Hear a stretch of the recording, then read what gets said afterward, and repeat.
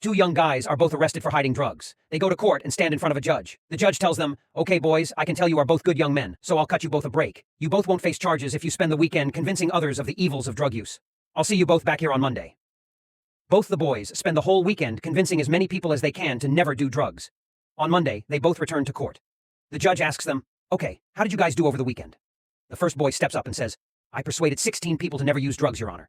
The judge says, "Wow, 16, how did you manage that?" The boy says, "Well, I used a diagram. I drew two circles, one big and one small. I then pointed to the small circle and said, 'This is your brain on drugs.'" The judge says, "Excellent." He looks at the second boy and says, "And what about you? How did your weekend go?" The second boy steps up and says, "Well, Your Honor, I persuaded 87 people not to ever use drugs." The judge is surprised. 87? How on earth did you achieve that? The boy says, "Well, I also drew a diagram just like his, with one big and one small circle."